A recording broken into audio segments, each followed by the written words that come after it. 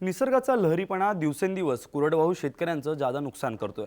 निसर्गावर आधारित असलेल्या या शेतीला सावरायचं असेल तर नैसर्गिक तंत्रानं निसर्गाकडे जाणारी शेती पद्धतीचं यावर उपाय ठरेल, असा विश्वास जालना जिल्ह्यातल्या रोहनवाडीच्या शेतकऱ्यांना वाटतोय।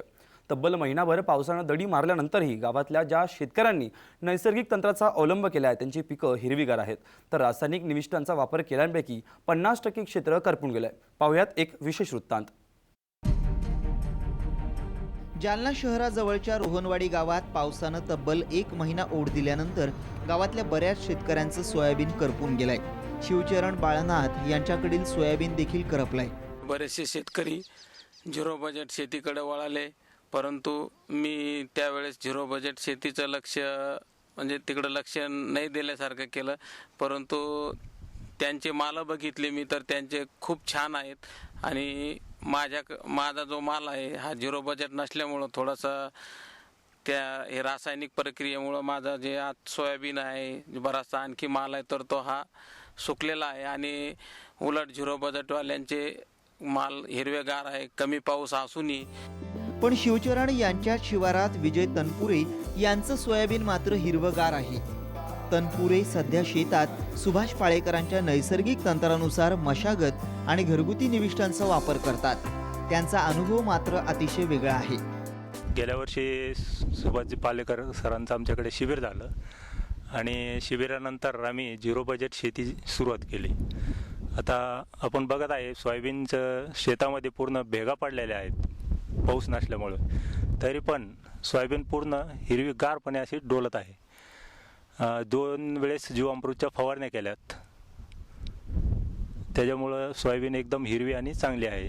आमच्या शेजारी ज्या लोकांची सोयाबीन आहे आणि त्यांनी रासायनिक पद्धतीनं खतं देऊन केलेले आहेत, तर त्यांचं सोयाबीन पूर्णपणे करपलेलं आहे आणि अजून आपल्या जमिनीत पूर्ण भेगा पडल्यात तरी पण सोयाबीन हिरवा आहे आणि चांगल्या याच्यामध्ये आहे। तनपुरेंप्रमाणे गावातल्या राजेंद्र बुंदेलेंचाही असाच अनुभव आहे। रासायनिक निविष्ठा न वापरल्यानं तनपुरेंचं आणि बुंदेलेंचं सोयाबीन मात्र पावसाच्या महिन्याभराच्या दडीनंतरही शाबूत आहे। तसंच या दोघांचा रासायनिक खतं आणि कीडनाशकांवरील खर्च 100% वाचलाय। सध्याला पाऊस नसताना बी ह्या सगळ्या अशा भेगा पडलेल्या आहे जमिनीमध्ये। आम्ही भेगा पडलेले आहेत आणि आम्ही 2 वेळेस जीवामृताची फवारणी केलेली आहे। सुभाष पाळेकर सरांचा कार्यक्रम झालेला होता आमच्या गावामध्ये, त्यांचं प्रशिक्षण घेतलेलं होतं आणि त्या सगळी म्हणजे आम्ही आता नैसर्गिक शेती करायला लागलेलो आहोत आणि त्यांनी सांगितल्याप्रमाणे सरांना पाळेकर सरांना सांगितल्याप्रमाणे आम्ही 2 वेळेस जीवामृताची फवारणी केलेली।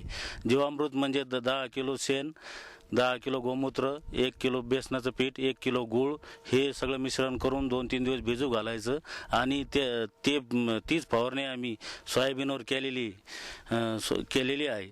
तर ते सोयाबीनची म्हणजे सध्याला हे सगळं हे असं पीक आहे। अजून तरी 8-10 दिवस पाऊस नाही आला तरी आमचं पीक तग धरणार आहे आणि चांगल्या स्थितीत राहणार आहे। महिनाभर पाऊस नसल्यानं गावातल्या बहुतांश शेतातल्या जमिनी भेगाळल्या आहेत, तर पिकं करपू लागली आहेत। मात्र नैसर्गिक निविष्ठा वापरलेल्या शेतातलं चित्र उलट असल्याचं दिसून आलंय। केवळ देशी गायींच्या शेण गोमूत्रापासून बनवल्या जाणाऱ्या निविष्ठांवर ही शेती पद्धती नैसर्गिक संकटावर मात करण्यास सज्ज असल्याचं शेतकरी सांगतायत। स्वातंत्र्याच्या 70 वर्षानंतरही शेतकरी का आत्महत्या करतो? अभ्यास केल्यावर याची 4 कारणं सापडले। पहिलं, निसर्गाचा असमतोल खूप झालाय। दुसरं, खतं, बियाणे, औषधं यांचे भाव गगनाला टेकले, शेतकऱ्याच्या आवाक्या बाहेर गेले। तिसरं, शेतकऱ्याच्या मालाला हमी भाव नाही। चौथा आणि महत्त्वाचं, जरी बँकिंग सुविधा सुधारली असली तरी आज प्रायव्हेट सावकार आहे, शेतकरी ह्या विळख्यात अडकलाय। सुभाषजी पाळेकर सरांचं झिरो बजेटचं शिबिर आम्ही रोहनवाडी गावात घेतलं व रोहनवाडी गावातील अनेक शेतकरी आता झिरो बजेट पद्धतीने शेतीकडे वळले आहेत।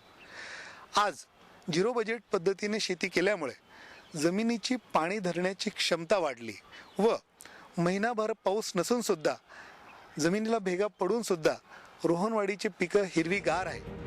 दिवसेंदिवस हवामानात होणारे बदल आणि वाढता उत्पादन खर्च यामुळे शेती आणि शेतकरी अडचणीत सापडलाय। त्यांच्या मदतीला सरकारची कोणतीच योजना येत नसल्यानंच नैराश्यानं शेतकरी मरणाला जवळ करतायत। ही गोष्ट टाळण्यासाठी निसर्गाशी जवळीक साधणारी निसर्ग शेतीच आता आशेचा किरण असल्याची चर्चा शेतकऱ्यांमधून ऐकायला मिळतीये. गजानन भोयर, साम टीव्ही, जालना.